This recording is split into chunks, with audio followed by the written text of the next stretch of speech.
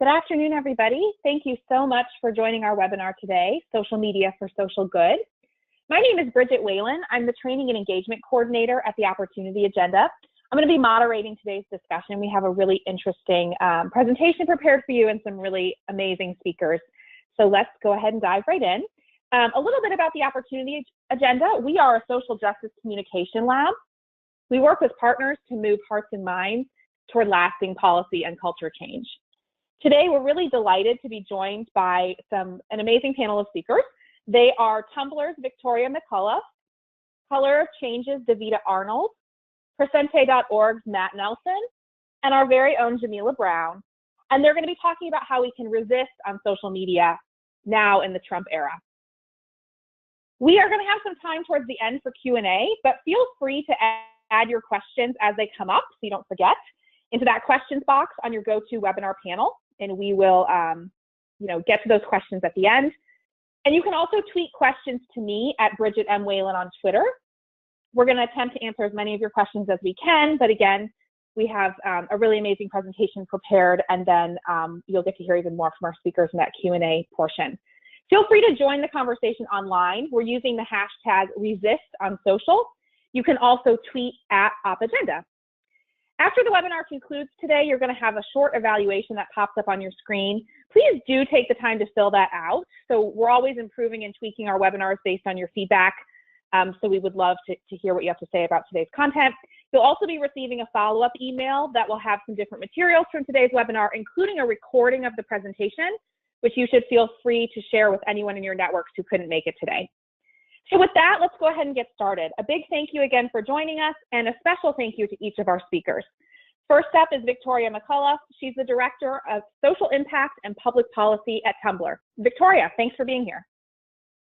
Awesome, thank you. I'm really excited to talk to the group today about a little bit about what Tumblr is doing in the social impact space and how we are really working with our advocacy partners to provide support and promotion around some of the messages that we're doing. So for those of you who aren't super familiar with Tumblr, I'll talk a little bit about how Tumblr works and then some of the issues that and communities that are very vibrant on the platform and the issue areas that Tumblr is really engaged in hopes that for those of you who do work in those spaces that Tumblr can not only be a resource, but potentially be a partner for your work in the future. So thank you. Let's go ahead and next slide. I'll just tell you a little bit about just some of the basics around Tumblr. So Tumblr is a social media platform that has over 200 million active users, and over 80% of our users are on mobile, much like other platforms. One of the really interesting things about Tumblr is that we do, like other platforms, skew towards the millennial generation of that 18 to 35 range, but most of our users are in this spot of being in the ages of 18 to their mid-20s. So we're really, especially those who are in their teens, late teens, we see a special sort of activity and conversation among that group. It's a group we're especially focused on next year as they are making up and comprising this next generation behind the millennials, which has only known the internet and is incredibly active and very, very social justice oriented. So that's a group that we're really focused on, but is a group that I think is especially vibrant on Tumblr.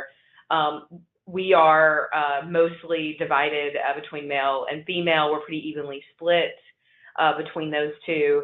And then Tumblr just generally, one of the things that is known for is just and this was a part of our CEO and founder, some of his principles were just around creating subcultures and fandoms that have really popped up. So it could be anything from movies to comics, but every user comes on and sort of finds a home. And one of the reasons I think that we have seen communities, really vibrant communities pop up is because anyone can come on and really find a safe space. Tumblr, unlike other social channels, you can be anonymous when you join. So for a lot of our folks, especially those in the LGBT community, which I'll talk about in a second, as well as folks who just feel different, young youth who just feel different and maybe like they haven't found a community in their hometown, are able to really come on and not only find support, but just find others that are like them. And that's something that has been a huge thread and part of our identity at Tumblr, has been really engaging those groups and making sure that we continue as a company and as a platform to welcome everyone and make sure that they have a safe space. So those thousands of subcultures are what I think makes Tumblr really interesting, but they're also, I think, what has given us this opportunity to really engage in the social justice space. Next slide, please. So just a little bit about the work that we do on the social impact team. We, the day after the election last year, we launched something called Action on Tumblr. You can find it at action.tumblr.com. And essentially, we wanted to give a home to all of the best social justice content on the platform. We were seeing it happen all the time. We saw an especially vulnerable, especially vulnerable posts the day after the election really come out from our users who I think had already felt marginalized. And so we wanted to provide a microphone for whether it was our advocacy groups, but also just the top post in social justice. So you can go to Action on Tumblr anytime where you'll see our users really engaging on around issues like racial justice, education, any of the current sort of world events that we've seen. We try to make that a home for highlighting that content. The other thing that we'll do, and I'll talk a little bit about this in a second, is and one of our most recent programs that launched last year, but we've continued into this year, is Tumblr Issue Time, which again I'll talk about. But we've hosted various issues, including just recently, just a couple of days ago, wrapped up an issue time on unconscious bias. And that is our program. We use Action and Issue Times as a way to actively educate our users and bring experts and policy experts and legal experts to engage with our users and answer some of their toughest questions, and questions that they might not feel comfortable asking in a public space. And so Action is sort of home for all of that activity, and where we serve, again, as a place to add volume to anything that's really happening in the advocacy space. So that's where that all lives. So you can check that out. That is also a place where if you have a Tumblr or your organization has a Tumblr, we use that to really make sure that you're getting a lot of, as much as engagement as possible. Next slide, please. So just a little bit, I just wanted to quickly run through the 3 issues that Tumblr is proactively focused on. We touch on any issue. So there are going to be some I might not mention that you work on, but know that these issues that I'm going to talk about are just the things that we actually asked ourselves this last year, like where could we potentially make the most difference at moving the cultural conversation forward around these issues. And so, but it is not limited to this. These are really the spaces that we felt like not only as a company, as a platform, we could do more and might actually make a difference. And one of our top issues going into the end of this year, but especially next year, is really thinking about racial justice. It has been an incredibly prominent topic across that obviously is a huge bucket of issues, but has been a very prominent topic for the last several years. Black Lives Matter, Blackout, and we have several Tumblr influencers who are just solely focused on racial justice conversation and highlighting those. And just an example of this, and I'm using some internal language here, but some of our top tags from essentially the last 9 months of this year, of essentially thousands of tags, the top 50 comprise racial justice topics. And I mentioned some of these here: Black Lives Matter, racism, Blackout finds their home on Tumblr, and we partner with them quite a bit. Charlottesville, the Muslim ban, refugees, immigration, white privilege, police brutality. Those are just some of the top, just a few of the topics that we saw at the top, and comprise quite a bit of what we're doing. A couple of things that I think are unique, and this is where one of the reasons why I think we feel strongly on our team about really engaging in this topic and providing educational resources, but most importantly, really lifting up our users who are trying to have these conversations with others. One particular post that I put in here, you'll see, is just a text post, and it talks about gentrification that happens during hurricane relief. And this had, I think we got up to, I think this has over 40,000 notes as of today. But essentially this user just started pointing out some facts and then said, let's talk about this. And within days, there was just a broad conversation around an issue that I think a lot of times is not easily brought up on other platforms, but one that we really saw take off, and one that I think we monitor, but also try to find ways to really engage in that. Artwork is really strong on Tumblr. That second post, the Rise Up post that you'll see, we have a lot of young artists on the platform, many of whom are focused on social justice issues, and often generate pieces and content that focus on that. And we spend a lot of time really engaging those artists around specific activations, and more importantly, connecting those young artists with advocacy groups who are working that space, and really bring them together so that they can work together and create and have these young artists be a part of some of these campaigns. So that's a little bit about what we're doing on racial justice, what we see on the platform, and some of the issues within the racial justice topic that we're hoping to engage in over the next several months. Next slide, please. Mental health is I would say a foundational issue for us, because I think we see so many vulnerable communities across the platform who we feel like giving a baseline and encouraging our users to embrace positivity and self-care.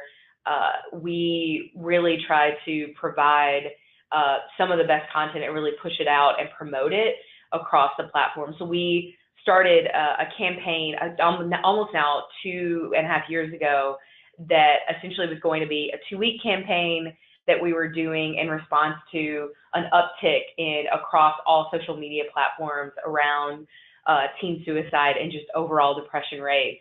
And instead, this community thrived and took off, and we've seen that community now in the millions of followers. And that's a home where we just provide self-care tips, where there's artwork from our users that we are pushing out.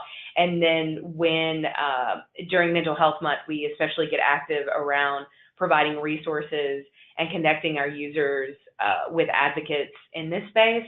We also do quite a bit on the public policy side, just to make sure that we're monitoring as much as possible when our users are in distress or in some sort of crisis.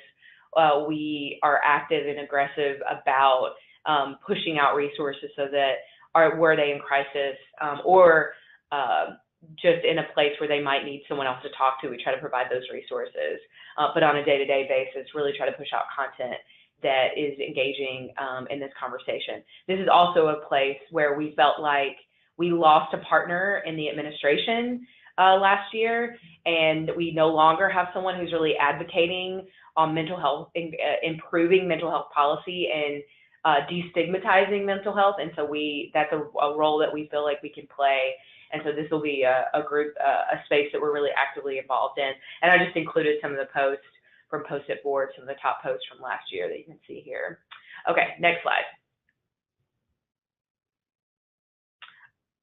So our last issue that we're really focused on, again, is similar to mental health, has been a community that has really thrived on the platform, and that is our LGBT community.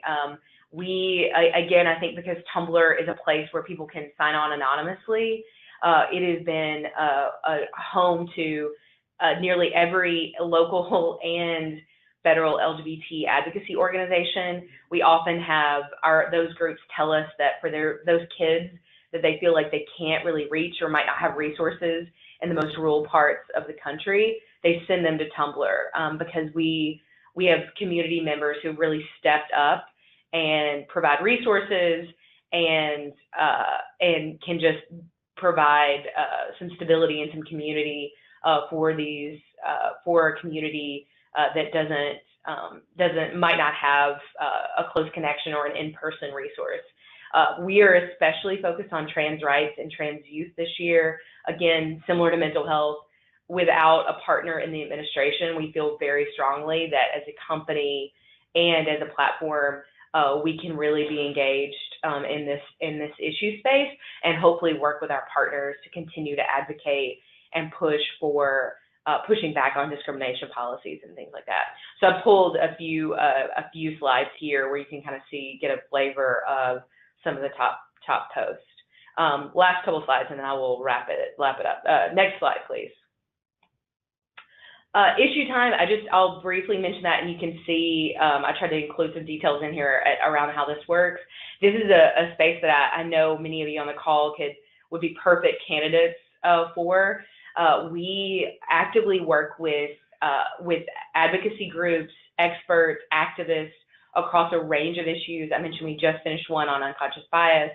We've done anything from the schools, prison pipeline, to trans rights, to really try to bring the best of advocates and advocacy and expertise to our users so that they can engage with folks who can answer their questions and really help give them the tools for not only understanding an issue that they might not know a whole lot about, or a community they might not be exposed to, but by using issue time as a space that we can really bring those stories together and bring those stories to our users, and most importantly, give them ways to take action. That's something that we work with our panelists on, is really not only empowering our users with education and knowledge, but bringing them, highlighting particular groups where they can get involved in their local areas and feel like they're taking their online education and really turning it into offline action. Next slide, please. Answer time was our original promotion. This is also something I just wanted to highlight, this one, because it's one that did especially well with Senator Cortez Masto in the last year. But this is also a space where a platform and a program that we use to bring to our users, whether it's a celebrity in some cases, but also just an opportunity for us to bring elected officials or advocates to our users where they can ask questions. You can see some of the stats from this one, but this is just one in particular that pulled really well. And I think that is my last slide. Is that correct? Yeah, that's it. And then, of course, as a Tumblr employee, I had to leave you with a gift. So if anyone would like to be in touch, I've left my email there. I would love to, if anyone has any questions about the work that we're doing, or think that there are some issues that we should consider for next year, we're open to ideas and would really love to engage with you over the next several months, and especially going into next year. Thank you. Thanks, Victoria. Our next speaker is Jamila Brown. She's the Digital Communications Strategist here at the Opportunity Agenda. Jamila. Hi, everyone, and thank you, Victoria. We love gifts at the Opportunity Agenda. So I am the Digital Communications Strategist here with the Opportunity Agenda, and it's really my charge to bring our work to promote values-based messaging in communications across digital platforms. So not only do we model that on our website and throughout our social media channels, but I also do trainings across the country with advocates to teach them how to do that. And today we're really going to focus on how do we shift narrative on social media. And social media is really kind of a extremely powerful and magical tool when it comes to communications, because we have the power to shift narrative in real time. And we've seen that with movements from Take a Knee to hashtags She Persisted to Defend DACA. People are not only reacting, but also being proactive in terms of what we want to see, what we want to accomplish in our country, and ways in which we can push forward social justice and racial justice as well. So here are a couple of tools in order for us to use social media as a platform to shift narrative. So first, we can use VPSA for social media. And for those of you who know the Opportunity Agenda well, you know that VPSA stands for Value, Problem, Solution, Action. Then we can also make sure we're using hashtags as values and actions. So the ways in which we create our hashtags actually matter, and we'll delve into that as to why it matters. We also want to use social media to tell an affirmative story. Social media is such a positive tool to do our own storytelling, to talk about our communities, to bring issues that people are not very well aware of to light. Just as Victoria talked about on Tumblr, and people bringing to light what disaster capitalism and the impacts that happen on Caribbean islands after hurricanes come through, we can be telling these stories to make people aware and also tell them how they can get involved, take action, and be engaged. And finally, we want to talk about multimedia and ways in which to move audiences to action. But first, let's talk about leading with values. Now, leading with values in social media can actually feel really daunting. I think particularly during this election and now after the election cycle, it kind of feels like social media has become a negative place for a lot of us. It can feel very heavy. But the thing that unites us, the thing that brings us together, the thing that actually pushes persuadables on and actually connects us as humans are our shared values. And social media is a space that is still ripe in order to do that. And what we find through leading with shared values is that not only are we speaking to our base, not only are we preaching to the choir, but we're also able to bring in persuadable audiences as well, to draw them in and invite them into our conversation because we're starting from a place of commonality. Now, in adapting VPSA for social media, there are a couple of tricks that I've come up with. Now, you can possibly hashtag your value, then state your problem, your solution, and possibly hashtag your action. And that actually depends on what social media platform that you're using. We use VPSA as a way to move people from that initial kind of emotional place into actions. And it may seem a little daunting to do that on social media with so few characters, but I've kind of given you guys a little bit of a cheat sheet here and some examples. Now, for the example for Twitter, we have hashtags Black Lives Matter and Immigration Too. At Opalayo writes that it is time for real reform. We must hashtag fix96. Now for Twitter, it's really great if you can to make sure that you lead with hashtagging a value. And here Black Lives Matter is the value. And then we want to end our tweets by hashtagging an action, fix96. One of the reasons we want to do that is that it is still popular for people to click through to a hashtag and kind of see what the conversation is about. We always want to make sure that we're having a compelling image, having a compelling article that we're sharing alongside of that, but our eyes actually naturally kind of go to whatever the hashtag is. So we want the value and the action to pop out, so people, as they're scanning their social media, particularly on their phones, are able to see kind of what are the most important things. Why should they care about this issue? And then after they care about the issue, what can they do to fix the issue? How can they act upon the issue? And we have something similar for Facebook. Now, on Facebook, we're not so much using hashtags. Facebook hasn't quite decided whether they love hashtags or not, but we can actually uplift the values as well here. So starting with Sanctuary Everywhere is a really good way not only to give a nod to the movement of people that are advocating for sanctuary cities, and in California's case, sanctuary states, but it also just gives us an entry point to start talking about what the problem is, and the problem being these targeted ICE raids, and ways in which we can work together to stop ICE cold so that they're not only enacting racial profiling, but targeting communities that are vulnerable at this point in time. Now, using values-based hashtags is extremely important. One of the hashtags that has really just kind of become so popular and has embodied a full movement that's swept not only the country, but has also swept the world is Black Lives Matter. And for me, Black Lives Matter is a perfect hashtag. It's a complete sentence. It's a value. It tells a full story.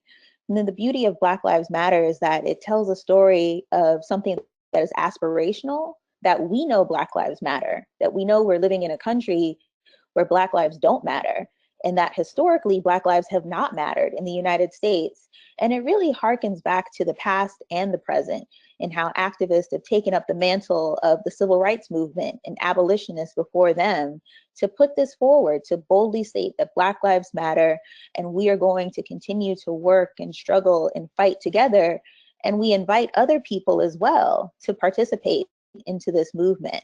So when we're thinking about the hashtags that we're using, putting that forward, putting it together with a full story, and putting it in a complete sentence so it makes it very, very easy for us to use in our social media posts are really, really important. The other thing that's extremely important is to stop myth busting. We have to tell an affirmative story.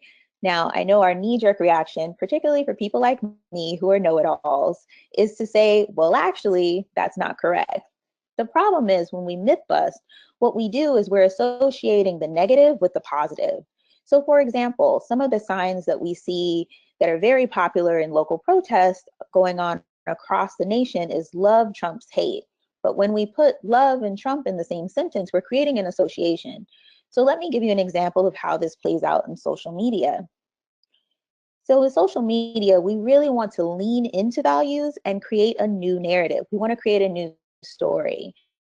Now, in reaction to President Trump's transgender ban for people serving in the military, the hashtag trans people are not a burden became very, very popular.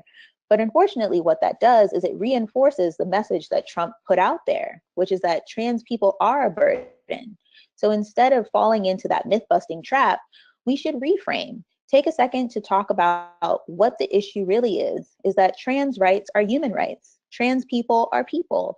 They deserve to be treated with the dignity and respect of every person.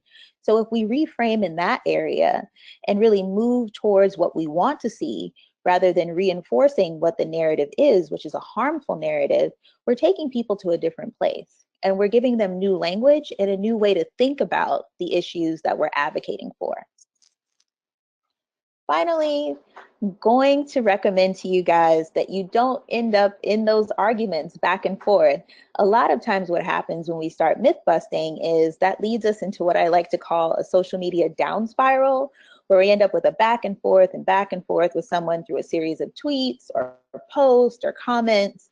And really what's happening is that not only are we up against people who just are on the internet all day just to antagonize people who are progressive, but we're also up against the fact that there are bots out there that are sending automatic messages. So instead of focusing on the negative, instead of focusing on the alternative, we really do need to focus on the positive and to ensure that we're putting our messages out there and not worrying about those trolls.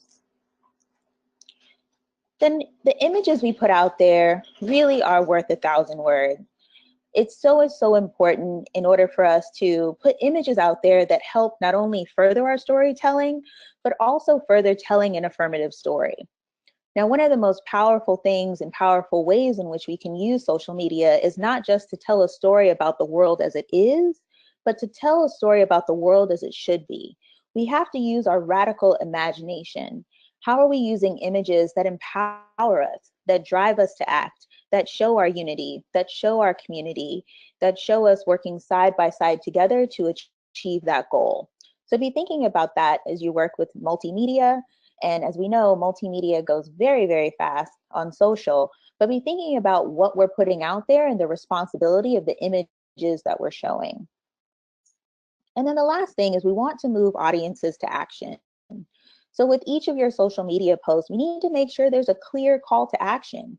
We have to make sure that those actions are clickable. You have to lower the barriers of engagement. If people can only go through it through one click, that's the best option possible. People are very busy. You only have a couple of seconds to really grab their attention as they're scrolling through their timelines.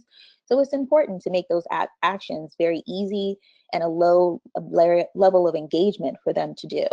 And then the other thing is we want to center the audience in the post. People want to feel a part of something. We want all of the users that might be engaging with our posts to actually see themselves in that message, to see how they can be a part of it, to see how they can become a part of this movement and act and move to make this country and to make this world a better place. So that is my time, and I thank all of you for listening. Thanks so much, Jamila. Next up is Savita Arnold, Director of Content and Social Innovation at Color of Change. Savita, welcome. Hi, everybody. Thank you for having me, and thank you for being here. I just really want to take the opportunity to say happy Wednesday to everyone, and I'm glad to be with you. Next slide. So, Color of Change, what we do is we have racial justice being leveraged as an integrated approach. And that integrated approach goes across media culture, economic justice, criminal justice, and really relies on the ability for people to be able to participate and amplify their voice into action. Next slide. So let me tell you a little bit about the origin story. Who are we and how did we get here? Next slide. In 2005, Hurricane Katrina came. And in the wake of Katrina, there was no Black political power or leverage that made it such that George Bush was nervous about his handling of things. And basically, it was white Americans saying, this is not supposed to be America. Next slide.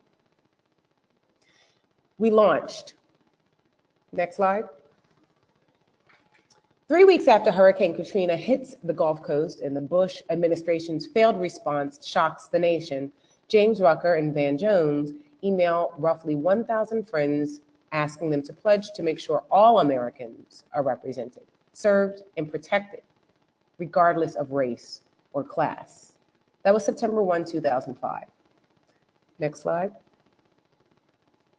And since then, and continuously, we design campaigns powerful enough to end practices that unfairly hold Black people back and champion solutions that move us all forward. Hashtag until justice is real. Next slide. So why strategic social media? How do we use that? Well, we use it to move from a moment and build into a movement. We respond, we build, we pivot, and we scale. And social media allows us to do that quickly, effectively, at scale, and also within depth. Next slide. So I'm going to give you an example of some of our campaigns that show our ability to do the above. One of them is Not to Be Trusted. The other one was Drop OReilly in April. Another one is No Blood Money and End Money Bail. So let's go check out these campaigns. Next slide. So Not to Be Trusted really focused on the fact that Black males and Black people were misrepresented in media.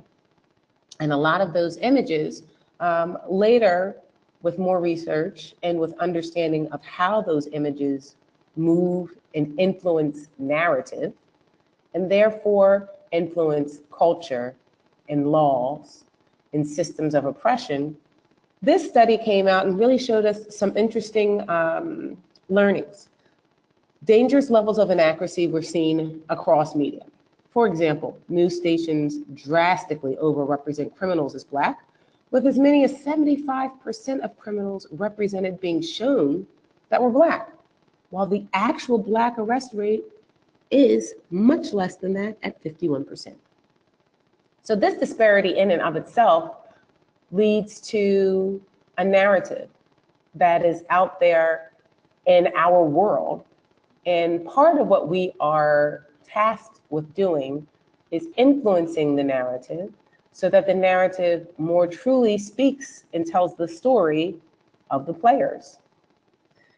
Media representation matters. It does have an impact on how we see each other, especially if we don't get to interact with an ethnically or culturally diverse array of people regularly. This is a comment for a member of our community.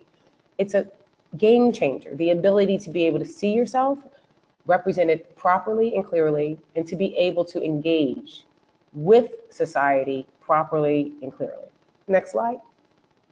Another one of our campaigns, No Blood Money.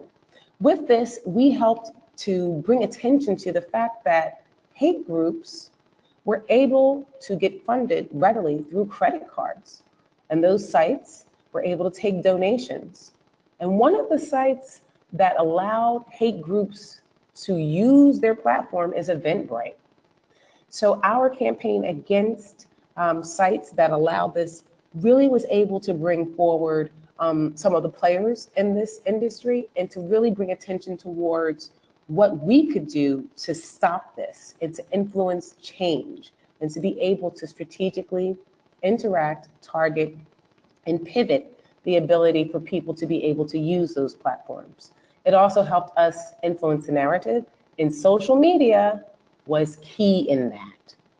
Next slide. Well, drop OReilly. This was earlier this year. This was April of this year. And this was a very strategic campaign over a period of years that really picked up speed very quickly towards the end. And this gave us the ability to get this person off the air.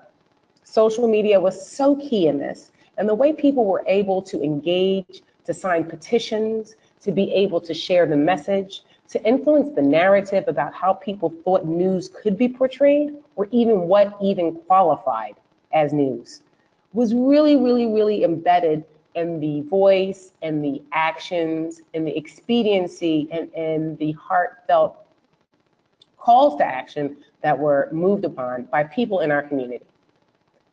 Next slide. End money bail. In May of this year, 2017, Color of Change and the ACLU partnered to release a first of its kind study on the money bail system. Something that you may not know is that only America and the Philippines has a money bail system that operates the way ours does. It's unjust, and over 70% of people who are in jails have not been charged of a crime. This is a money bail system that preys on people who are given limited options and pushed by district attorneys to accept plea deals. We were very, very strategic about how we were going to bring about this study and how we were going to bring it to our social media and other influencers. Jay-Z came aboard and felt strongly about this, and we were able to leverage the weight of his advocacy to bring this forward and further in social media than perhaps would have been done without the weight of his advocacy. Yet, it was also the continued support and ongoing support to this day of people in our community who are doing things to free mamas from bail, to free fathers for Father's Day from bail, and for going with partnerships with our other colleagues in the battle to back down these oppressive systems. And so this was something that really, really, really relied on the ability of people to take something that was a moment and move it into a movement, and to be able to do so at scale. So this is an ongoing campaign, and this campaign will not stop until money bail is done.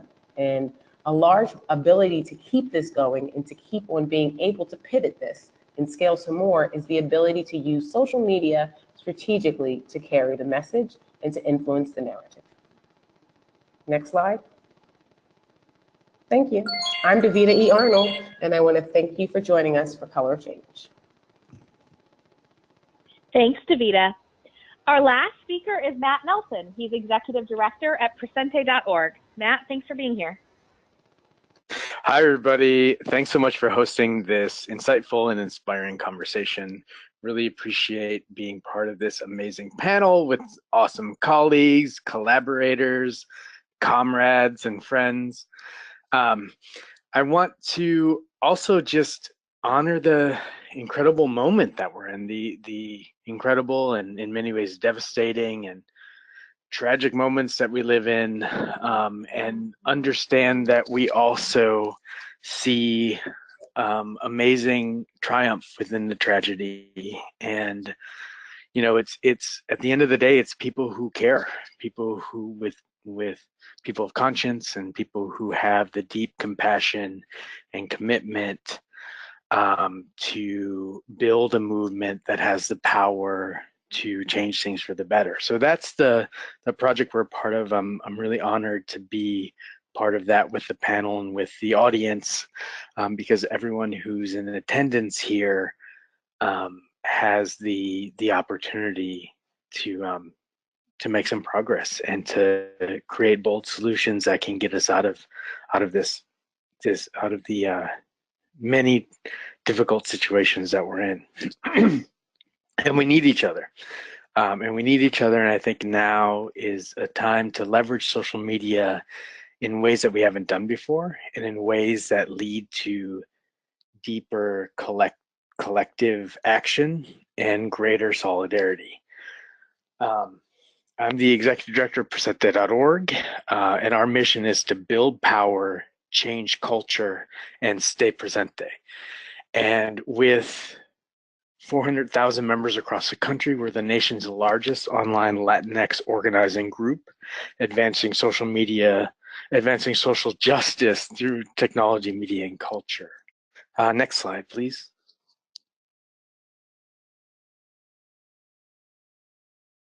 So to start, and I can't see the slide advanced, but I'm just going to trust it in advance, is to really root ourselves in social media as a way to move people from caring to action.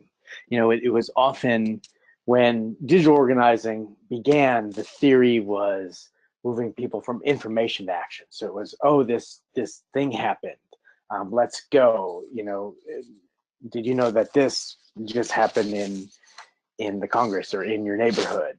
Take action here. And while that was good and important, we're now at a time where we have to move into the realm of cultural change and into the realm of deeper action, and moving people from social media to getting involved in their community, to working with their neighbors, to doing the organizing work, both at a hyper-local level, but also at a hyper-local level that's scaled across the country. And so to do that, we believe that we need to shift the theory from moving from information to action to caring to action. So in order to get people to care, a big part of that is stories and narrative and imagery and art. We are all made of stories and have powerful things to share and experience with each other. And so and then that moves us into the cultural space, because it's cultural change that creates political change that then leads to systemic change. So part of when I said, we're really zero focused in on building power through organizing, changing culture through powerful narratives and collective action, and really understanding where is this moment, where is a place where people can engage on a compassionate, caring level that definitely includes our values of dignity, being really affirmative there. I'll tell a quick story about the terrible holiday that we just had, that some still call Columbus Day. And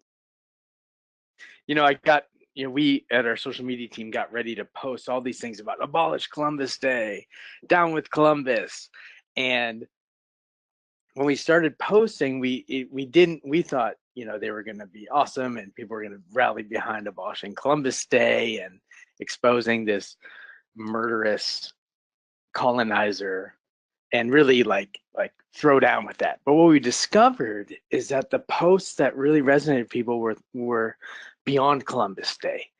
celebrating Indigenous Peoples Day, celebrating the stories and the contributions and the leadership of Indigenous organizing, especially in the recent courageous fights around Standing Rock and protecting our water. So that was like another reminder of there has to be a yes, or organizing can't just focus on the no. So for every no campaign that we run, we have to have 2 yes campaigns. And for every no post on social media, we need to get people to the yes, to find the aspiring joy of resistance. And then that leads people to care and leads people to deeper action, and then builds this culture change that we believe is powerful enough to take on what we're facing in this country. Next slide. And the other thing I wanted to cover is another story of a campaign, which was our Mama's Day campaign. And what we did is we partnered with a handful of groups, both within the criminal justice support system, so folks who support people on the inside, immigrant rights groups, to physically deliver thousands of Mother's Day cards on Mother's Day to women who are in detention facilities, and particularly private prisons. And what the campaign did is it led with, let's build a connection between activists and basically people who care and mothers in the inside. People online could select a card, could write a message to a mama, and then we would hand deliver it to people on the inside. And what it created was a human connection. It was a way to share stories. And then later we talked about how we need to end the detention bed quota, how we need to dismantle the private prison industry, how we need to end for-profit prisons. So, but we didn't lead that. We didn't start the campaign out that way. We started out of like, mothers deserve love. Families shouldn't be locked up. And we leveraged this moment around Mother's Day to then really talk about how how we need to end the prison industrial complex. And so that's an example of what we would call a culture first campaign. And I guess last slide. And part of this goal is to get beyond people's logical, rational mind and into the realm of imagination, the realm of creativity.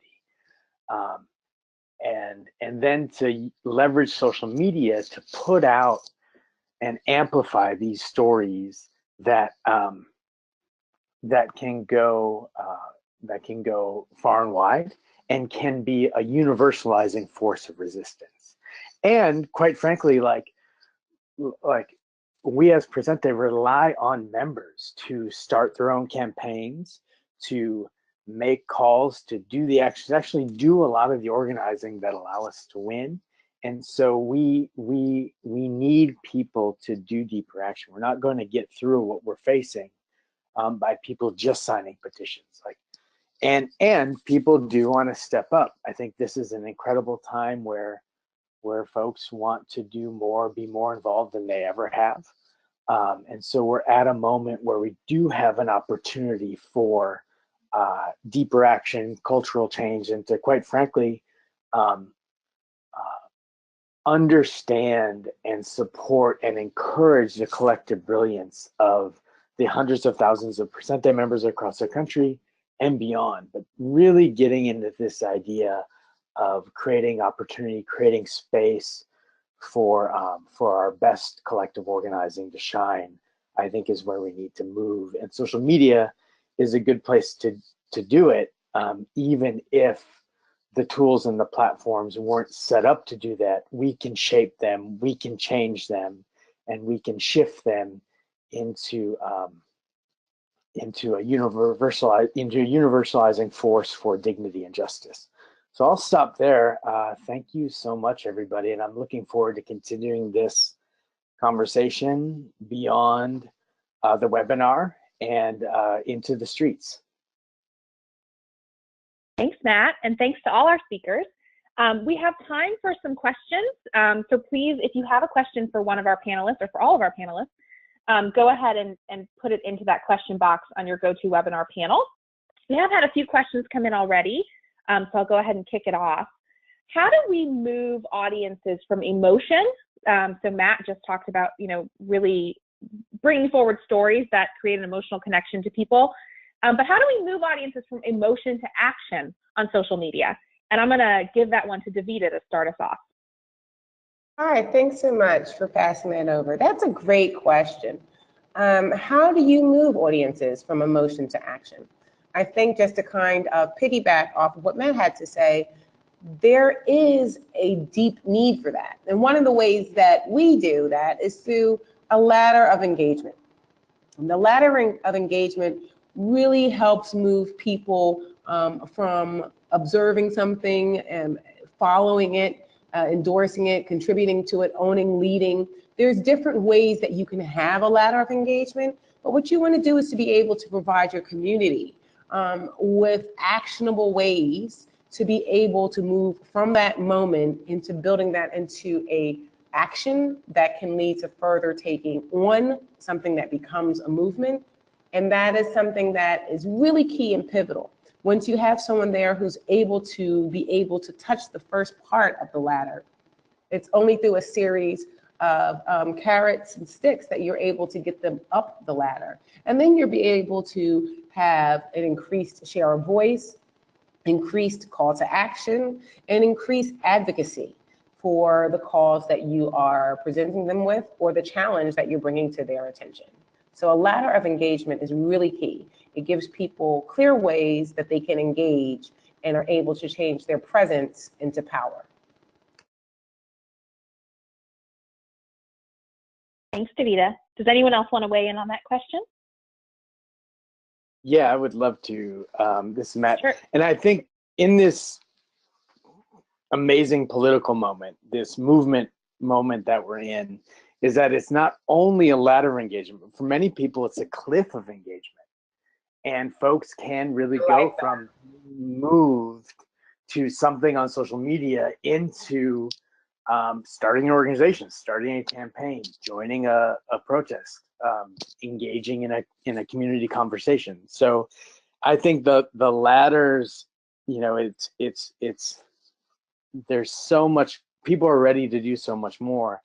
And so I do think then it's our responsibility to make sure we are leading with values, that we're giving people and encouraging people to have this aspirational, affirmational campaign so that these new folks who have jumped off the cliff to full engagement are being sustained and are being able to be hopeful and have a positive experience in their organizing.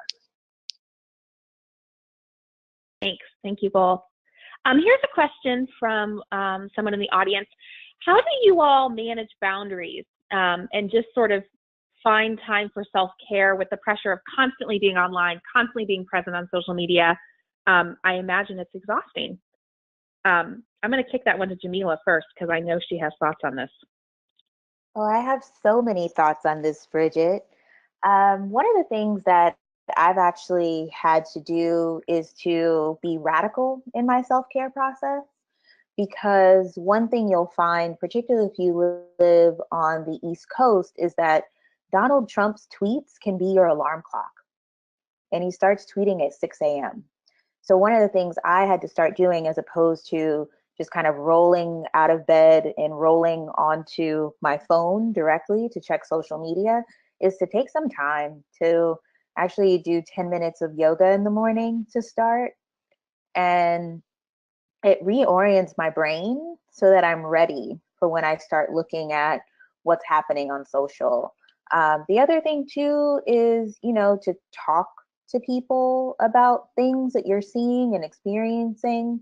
I also kind of take regular breaks away from my computer, away from my desk, just to get up and stretch, to take a walk. If something is hard and if something I encounter is triggering, to take a moment for myself and take the time to process that, because as Matt has said, this is a really incredible moment that we're in right now. And the reality is that we're in it for the long haul. So we have to figure out ways in which to better care for ourselves. And for me, it's spending a lot less time on my phone on the weekends or during my time off, and during my workday, structuring it such that I have breaks away from the internet, especially on very tough days.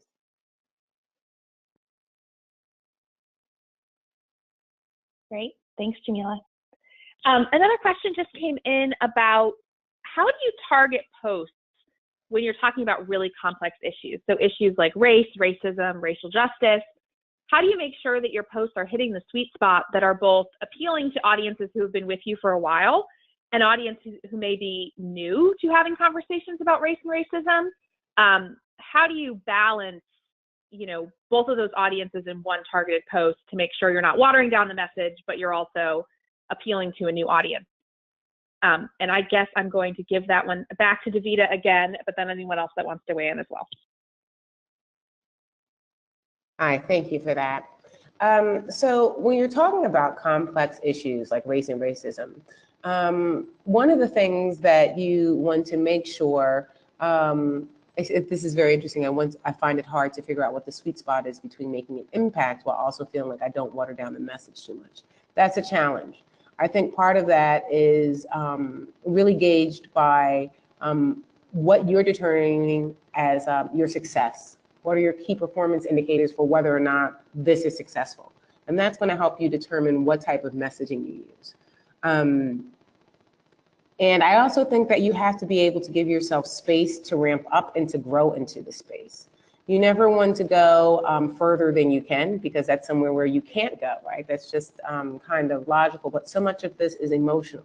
And so you want to make sure that you are backing yourself up with firm research, and that you are giving yourself boundaries of where you will and will not engage, and that you also have people who are with you who are going to be able to give you counterpoints and guidance and clarity, and that you also have advice from someone who may have been doing this longer, a mentor, and that you are able to do competitive research about other people who are in this space and how they're doing it. So taking a wide range, but giving yourself the space to feel what you're going to feel and to know what success looks like for you will be key when you head into this. You're going to have emotions about these things. You're human. You just want to make sure that you're getting the right thing done while you're being emotional.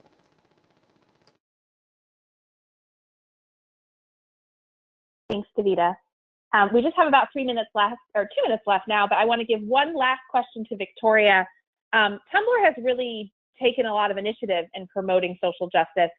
How can we encourage other platforms who have not been doing so well on this issue to do better and to actually take more initiative in promoting social justice on their platforms?